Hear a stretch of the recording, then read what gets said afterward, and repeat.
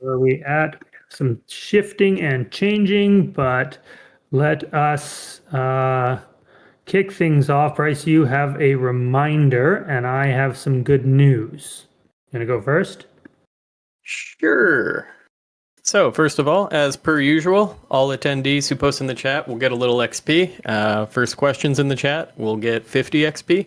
And I will post the Ask a Pilot question during this call. If you give that an answer in the next hour, you'll get double XP for that. I do also want to give a reminder that the Mini 2 app is ending its time on the network and in the App Store at the end of this month. That is to say, on June 1st, the Mini 2 app and the Mini 2 will no longer work on the network. Again, it's a Google Play limitation and a limitation of DJI's SDK. It's not something remotely within our control to do something about at this stage. But as another friendly reminder, we are awarding our top Mini 2 pilots with a special mission worth 400 USDC in hopes that they'll upgrade their kit and keep flying on the network. And we're just awaiting a response from our final top pilot in that category before we announce. So if that's you, check your email. Maybe double check your spam, although I think we've been in touch on email, so I don't think that should be the issue. All right. Yes. Sad times for the Mini 2, but it is what it is. Hopeful, fingers crossed on a Mini 5 SDK, not just because I'd love to see the Mini 5 flying on the network, but because oftentimes now, as more and more of them appear out there and they become more prolific, when I reach out to people, pilots in different parts of the world, and particularly the US, the Mini 5 is what they're flying. So it would be nice if we could use that on the network. Fingers crossed. I have a good news piece on the payouts for both completion incentives and support ticket bugs. A whole bunch of those went out today. So if you've been expecting one, check your wallet or your Stripe if it was one that was a holdover from more than 5 weeks ago, which a few of them were, unfortunately, but we are very much getting caught up on those. Process is smoothing out now, and our finance team has done some good optimizing of their process to get those out. So fingers crossed. I know 10 or 12 of them at least went out today. There's about maybe 10 left. So don't lose hope, and do ping us if you were expecting one and you haven't received us yet. We have clarity on, and it's easy for myself now to check up on that. So that's my one piece of good news. I've got two thank yous, two call outs to community members. I'm not sure if he's on the call, but he often is. Peter in Texas made a trip from Houston all the way up to West Texas, Odessa area, and did an incredible job of getting around and capturing some preliminary sites for an incoming client. So we're super excited about that. Call with them today. So thank you, Peter, who often chimes in the chat. So you don't see him here. And then Uzi, and Uzi is here. I did see him typing. Thank you, Uzi, for getting out in Toronto, attempting to capture 2 sites for a client. Unfortunately, some new construction is more than 120 meters tall, Bryce, and he was unable to capture those zones, but wanted to give him a thank you anyways for getting out there.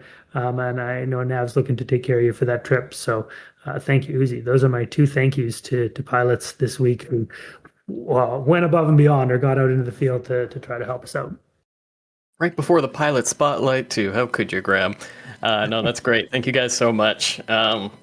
Less exciting news, product updates. We're up to version 2.6.0. So this is visual improvements, easier support access, and perhaps most importantly, some fixes to app stability. So please make sure your app is updated to the latest version so that it flies as it should. Just to be clear on what's new, improved styling and visual polish during login. Some top bar provides more direct access to pilot support. The Android device check failed pre-flight thing should be fixed.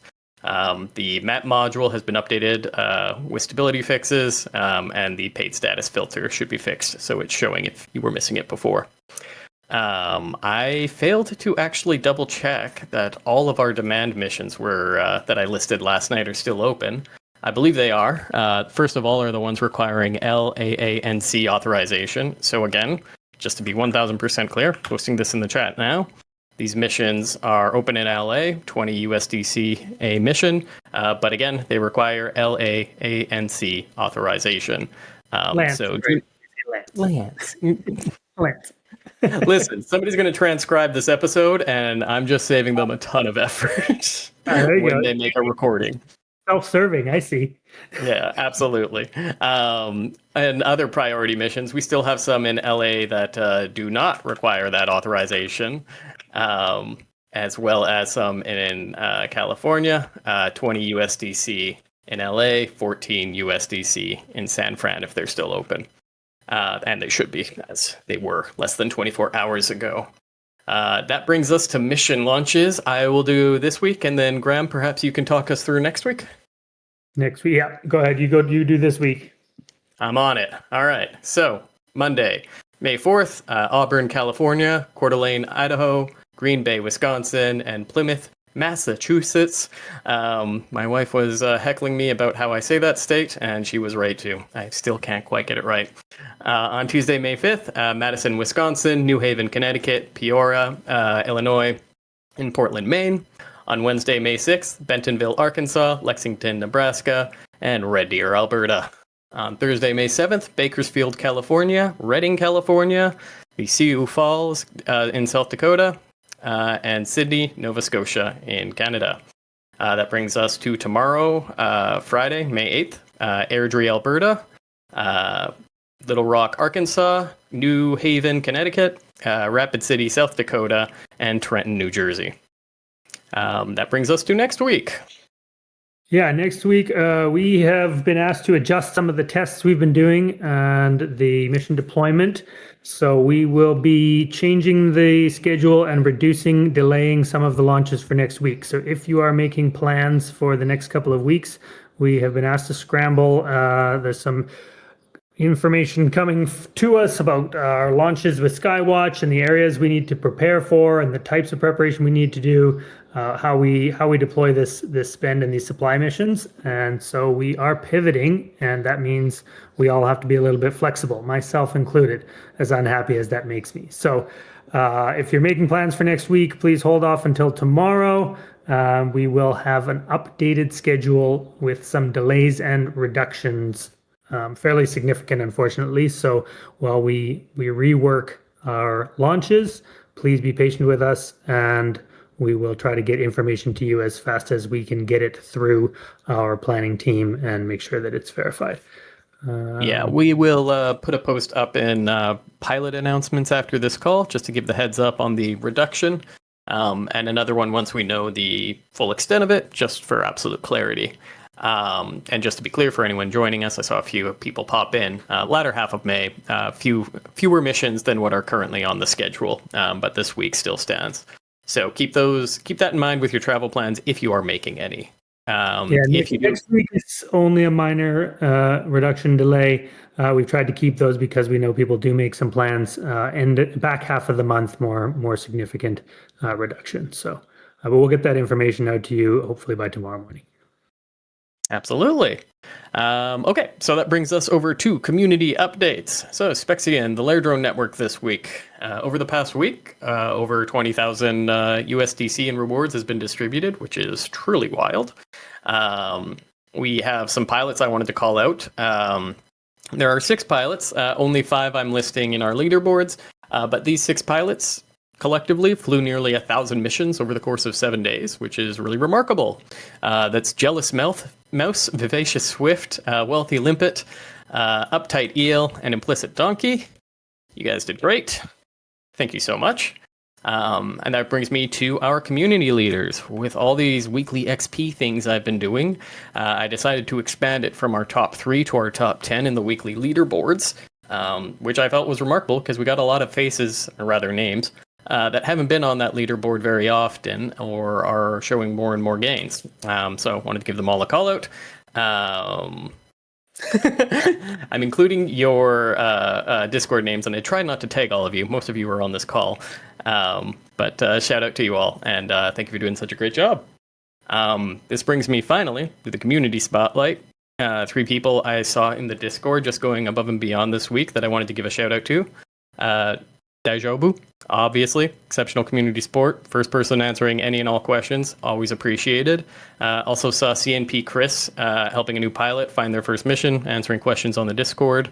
And duncansmiff, obviously a top pilot and longtime contributor, but they did something I considered really going above and beyond. Gave us some updates regarding the FCC's decision on the DJI ban, with the option to send a quick text-only comment if you want. I will share that link right now. And just to be clear, this one is text only. And if you need to include an attachment, it's this. And this is to share your feelings, or rather, to comment, not share your feelings. Please keep it constructive. This is a government website. But excuse me, to comment regarding the DJI ban decision from December 2025, which is set to have some sort of update at the end of this year. Finally, I just wanted to call out that last week's Ask a Pilot question generated the most rewards of any question so far. The reason being, you get 200 XP if you share an image, you get double XP if you answer the question within an hour, and a lot of you guys shared an image within an hour. But it really was great. I think we got over a dozen incredible submissions in that regard that'll be appearing on the socials over the next month. But yeah, just wanted to give an extra shout out on that.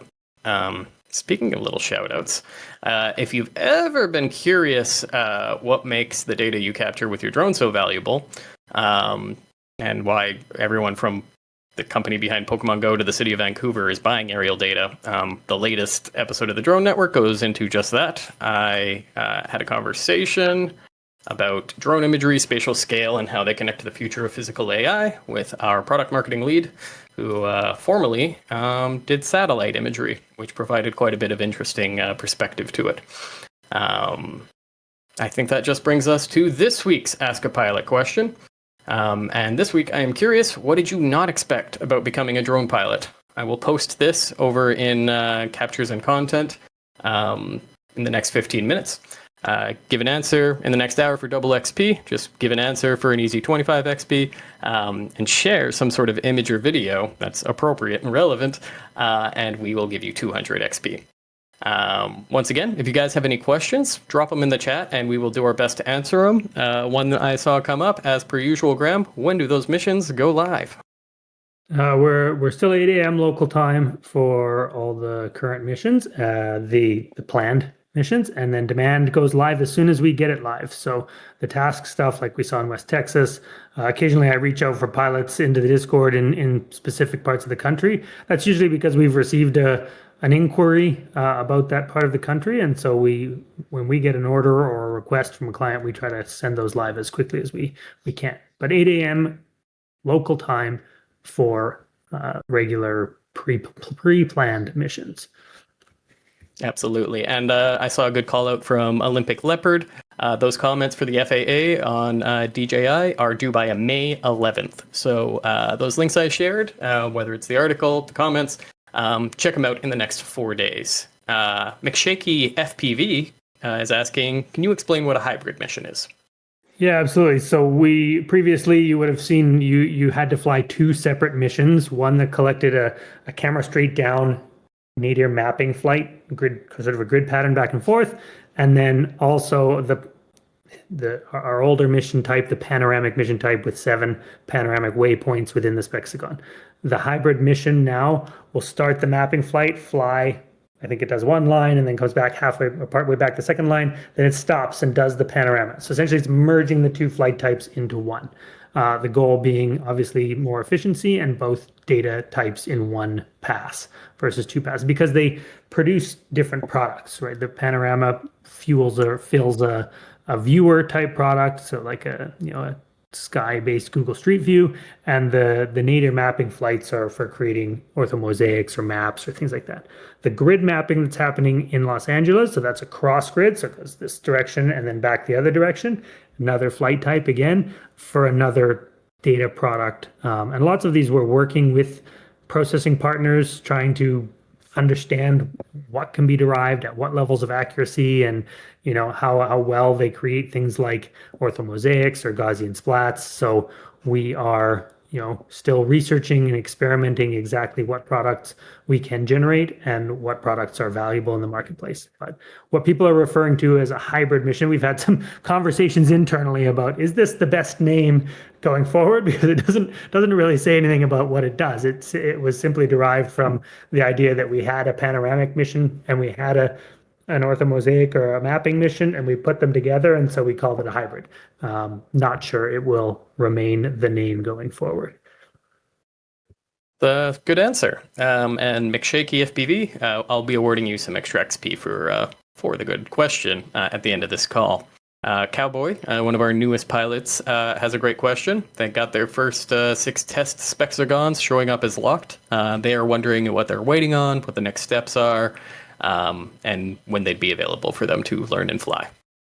Yeah, you should get an email from Mark. And the email you receive, maybe check your spam or promotions folder. I think you should have already received an email telling you when they go live. We try not to broadcast it publicly because sometimes people scoop in and snag those, even when they're not supposed to, or they don't know about it. But the donut-shaped ones, as a reminder for everyone, if you see a donut shape on the map, that is a new user onboarding Spexigon.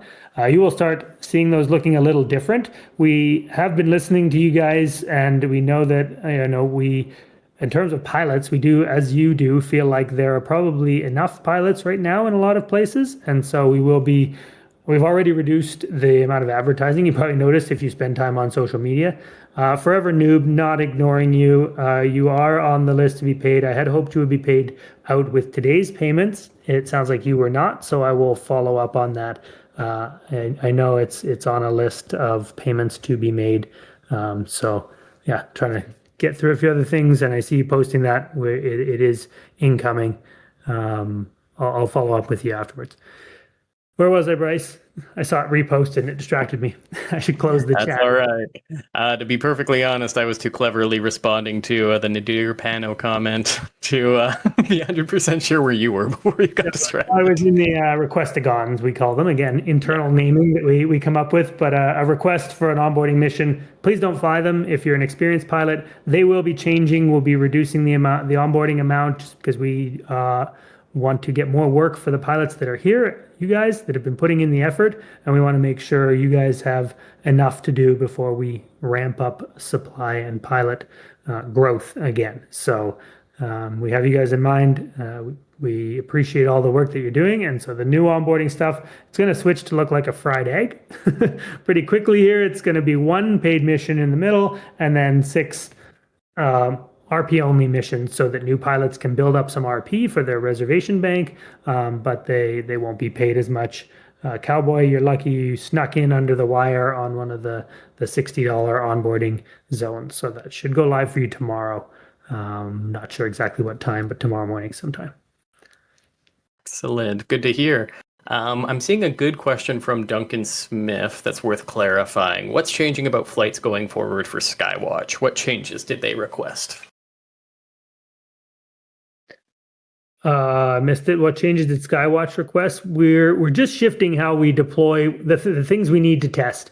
Actually, really interestingly, we just sent them over an area of coverage. Essentially, we had sent them a trial area of coverage 6 weeks ago, and it was quite small. And so there were, certain centers, certain major population centers, and they were finding that most of their requests were coming in outside of that, and that was generating some just friction in the whole process. So we have recently sent them a coverage area that covers the vast majority of urban North America as essentially orderable right off the hop straight through an automated pipeline, which is exciting but also nerve-wracking. And so the things we want to deploy and test are changing along with that. And so that's just been a strategic shift in how we sort of spend capital and deploy and test what's upcoming and what we can deliver on. And it will mean, we know that when we need to move pilots greater distances, like thank you, Peter, who went out to West Texas, there's a completion, and Noob, who picked up some stuff in Big Spring there.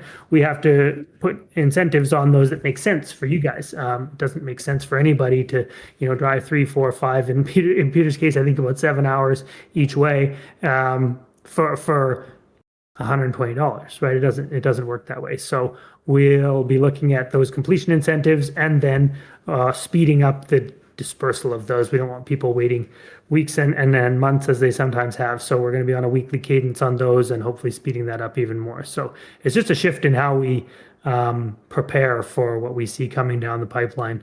We have some clients that, order big chunks and others that order these smaller sort of remote and rural areas that are a new thing for us. So I hope that answers. Solar Lark had a great comment here. Seems like if XP can be used to reserve a Spexigon, then the incentive onboarding 6 Spexigons could be pre-reserved for the new pilot. Hello, engineering. So as Graham just outlined, obviously making those missions work top of mind was a thing we had been thinking about. But to your actual comment, it's how XP could be used was something that putting quite a bit of thought into as well. The one thing about using XP the same way that RP is being used that I would flag for that idea is just one great thing about RP is its use and its value and how it's been rewarded has always been consistent across the network. So we see pilots who have been with us since the alpha, and we can look at their RP transactions, for lack of a better way of putting it, and we can see basically the lifetime of how they have operated on the network. And if we start to do something with XP that overlaps with RP, that no longer becomes a viable way to value those things. But that's just to say it requires a lot of consideration. If the two systems did ever meet together, I think that would be just a milestone moment for the network. So if you have any more thoughts in that regard, please do let us know. The only other consideration is anything that does require engineering. It's probably the hardest thing for us to put through, especially if it's for marketing. So we really need to be able to justify it. But that is a great point. I am seeing more suggestions coming in, but I'm also seeing some more questions. Duncan Smith asks, so we're going to see more dense, vast areas instead of more sparse, scattered areas. I think that's a relatively correct understanding. Graham, would you want to correct me at all on that?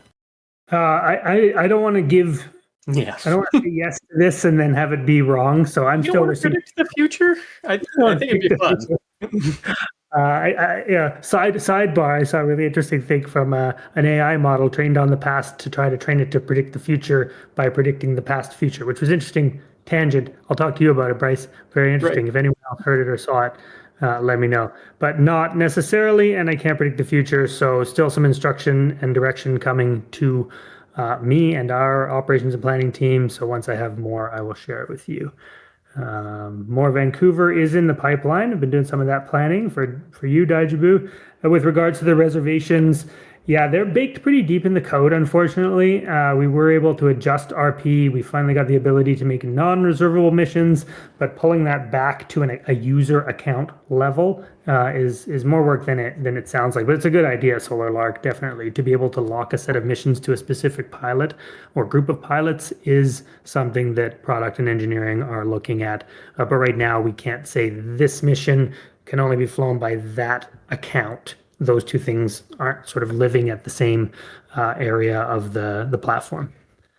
And Cheetah's made a comment about some sort of maybe retainer also been discussed. So you guys have the ideas that we're looking into to figure out how to deliver on speed, but also on size. It can be a challenge. It's what we're building. It's fun building things, but it's challenging building things. Quite challenging building things.